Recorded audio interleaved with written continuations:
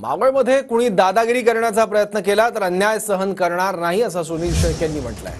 प्रत्येक जण मरायला आला आहे, आमदार सुनील शेळके यांनी वक्तव्य केलंय। मी तुमची इच्छा व्यक्त करत असताना मावळच्या मायबाप जनतेला दहशती खाली आणू नका।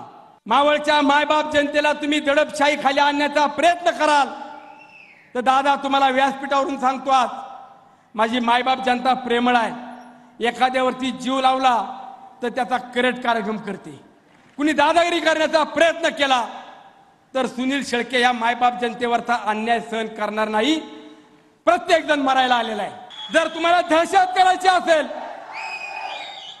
जर तुम्हाला दादागिरी करायची असेल तर या पठ्ठ्यावरती करा, या सुनील शेळकेला करा। मायबाप जनतेला आणि माझ्या सहकार्यांना करायचे नाही।